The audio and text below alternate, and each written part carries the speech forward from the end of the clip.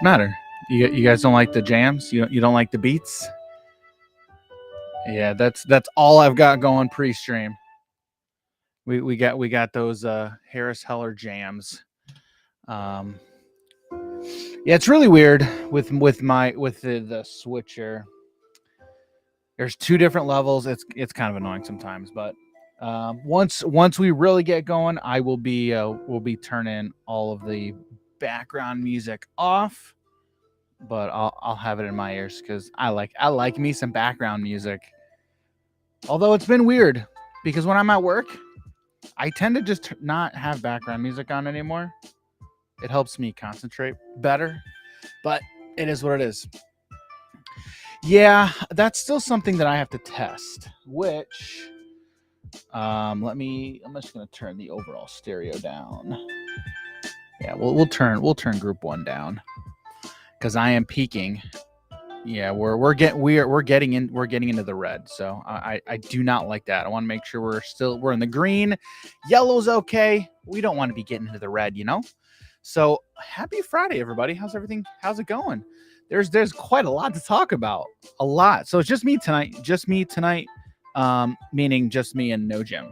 Jim took an impromptu visit to some family out of state. So we were gonna do some recording yesterday. Was it yesterday? Yeah, we had an interview set up for yesterday, but they canceled because they're out of country. And Jim was like, "Oh, thank goodness," because I left. I'm gone. I'm like, "No worries, man, not a problem." So it's Friday. We have a lot A lot to talk about. What's up, Brooke? Let's see. It's Brooklyn's. There we go. Brooklyn's 11B. What's up? What's up? How's it going? How we doing? How we doing? We're hoping to get a lot of people in stream tonight. So, Turtle Dude, what's up, my friend? How are you, sir? It's always good to see you in stream. Always good to see you in stream. But yeah, we've got a lot of people hopefully you're gonna drop by. Hopefully you're gonna drop by. So now that we've got everything on, you guys let me know how things sound. Let me know how things sound. If there's an issue with the audio, let me know.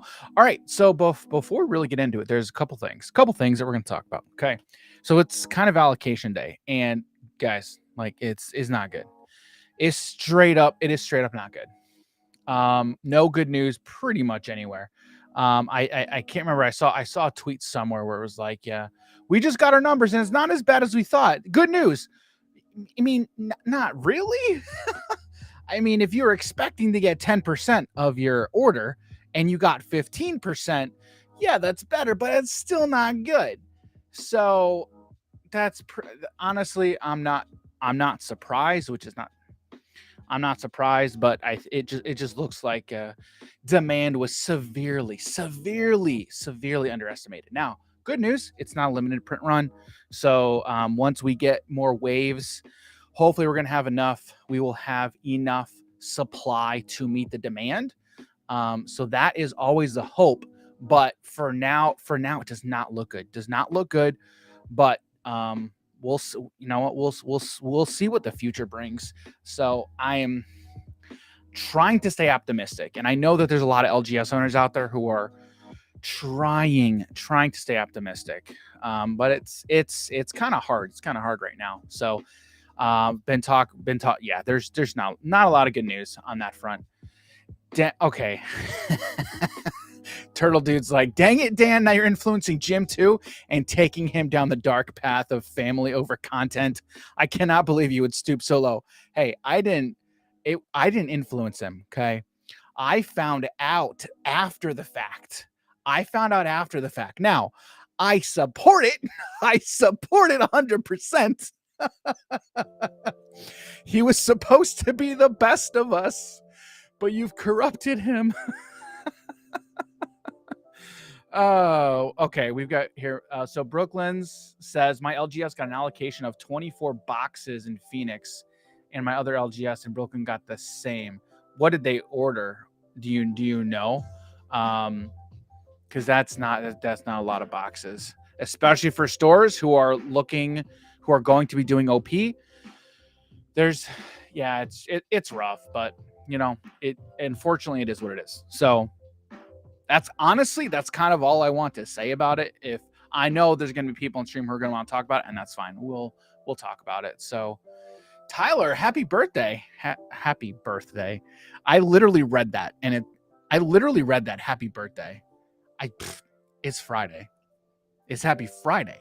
I don't know why I read that happy birthday. Probably because we just watched Alice in Wonderland with the kids, and it was very merry on birthday. I don't know, man.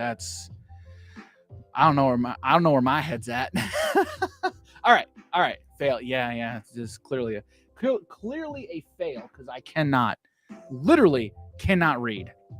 So, okay. So we mentioned allocation issues. It's not good. Maybe we'll talk about it now. There's a lot of cards here. There's a few that I am really intrigued with. And actually, what time is it? I think we got some new cards that were spoiled. What, like an hour ago? Something like that. Like literally not that long ago. Not long at all. So we'll talk about it. So all right, we got some people in the green room. We are gonna start getting people in here. We're just gonna start chatting. And then so you guys know, yeah, we did get one late last night as well, Robert. That is correct. That's the one that's really interesting. So this stream's probably gonna be going for about 2 hours or so. I do have some other content that I am recording tonight. So I want to try and get some sleep tonight, just a little bit. So, all right. With that said, we're gonna. I don't know how he's like always first. he like always gets in here. But yeah, and he literally knew who I'm talking about. His hands go right up, just like this. Because I've got nothing better to do. That's why I'm always first. For some reason, I cannot hear you. So just give me 1 second here. We're so gonna they go can hear me, 9. but you can't hear me. Oh, And I why could is say some that not? secrets about Daniel sat across. I don't understand why that's not. I can tell you some stuff about him. Everyone can hear Jonty? Perfect. Everybody can hear Jonty. I'm going to tell him all sorts about you, Dan. We're going to turn that off. For some reason, I cannot hear Jonty. That's probably a bonus. I know Jonty's talking. It's it's one of those things that it's like, how in the world Jonty's mouth can is I know? open. Oh, you know what? It's my my audio output. I'm sending the output the wrong way, the wrong place, and now I got it. What's up, my friend? How are you? I'm good, thanks. I've said everything I want to say though, so I'll I'll head off tonight. Is this a Lorcana chat tonight? I think so. Oh man, I've been reading up on Alpha Clash all week. I thought you were an Alpha Clash channel now. We are a so, and that is it. That is a whole other topic. We are Hobbies and Happiness, all about card games. We are not just one specific card game, and we did a lot of that Alpha Clash stuff, and that game is fun. Not gonna lie, it looks great. Yeah, the only reason we didn't really go for it at the store was it's only available in Canada through a distributor that we really don't like. Yeah. Unfortunately, but my boss is super into another card game that's recently come into distribution called Sorcery. Yes. Okay. Have you seen that? Like looks like a really old school early Magic. Yep. And that's also with them. And he was like, "Oh, fine." So he's ordered some of that, and I was like, "Put some of the Alpha Clash starters on there as well, then, and we'll have a go with that." So we should have some come in, and that's purely off the back of seeing some of your stuff. It looks fun. Yeah. Well, good. Well, that's awesome. Yeah. Alpha Clash is a lot of fun. Sorcery, I've got some of that sorcery stuff over there as well. But yeah, it's always interesting. One of the things that's intrigued me is it's always interesting watching how games perform, and also the behind the scenes, how they operate with a large studio and then a small indie team. So it's interesting just to see those things kind of, watching as all that stuff happens, behind the scenes. So that's been interesting. But how's your week been, my friend? Pretty good. Busy. I've not been in work much, but the kids are off school, right? So, and that's having a 5-year-old running around the place is 10 times more work than being you are not wrong. than being in a store for the day. So he's good. He's keeping me on my toes. We're frequenting the city's splash pads and just keeping busy, and then trying to get Lorcana stuff covered as well. That's definitely ramping up, right? So yeah, we and I think I put out a tweet or update on our channel the other day, but we haven't. There's been spoilers pretty much like all week, and we haven't had a video for it. Partly because Jim left, so I'm like, all right, well, what I'm gonna do, we're gonna get this all done this weekend. So I'll get one video covering like everything from the week, because there's been quite a lot. So before we get into it, do you have a favorite card that you've seen so far? From the new stuff? Yeah, from the new stuff. Let me have a look. So what was the last thing we covered on the show here? Was it we got up to Kronk. I think we got up to man. Kronk. Oh, we got loads then. Oh, well, grab your sword. No. I'm sorry, because we streamed before. We only had up to like Befuddle, I think. It's been a minute, because I know we talked quite a lot about Zeus and Donald. It was Zeus and Donald. Wow. So it's been a while. Yeah. So we haven't done Giant Tink? No, not on this show. Well, that then. Show. Yeah. Not surprised.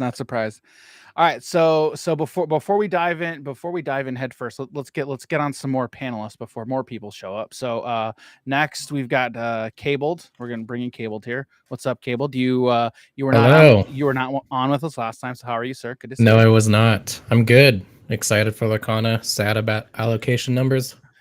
Yeah. So my question's gonna be, when is the next wave?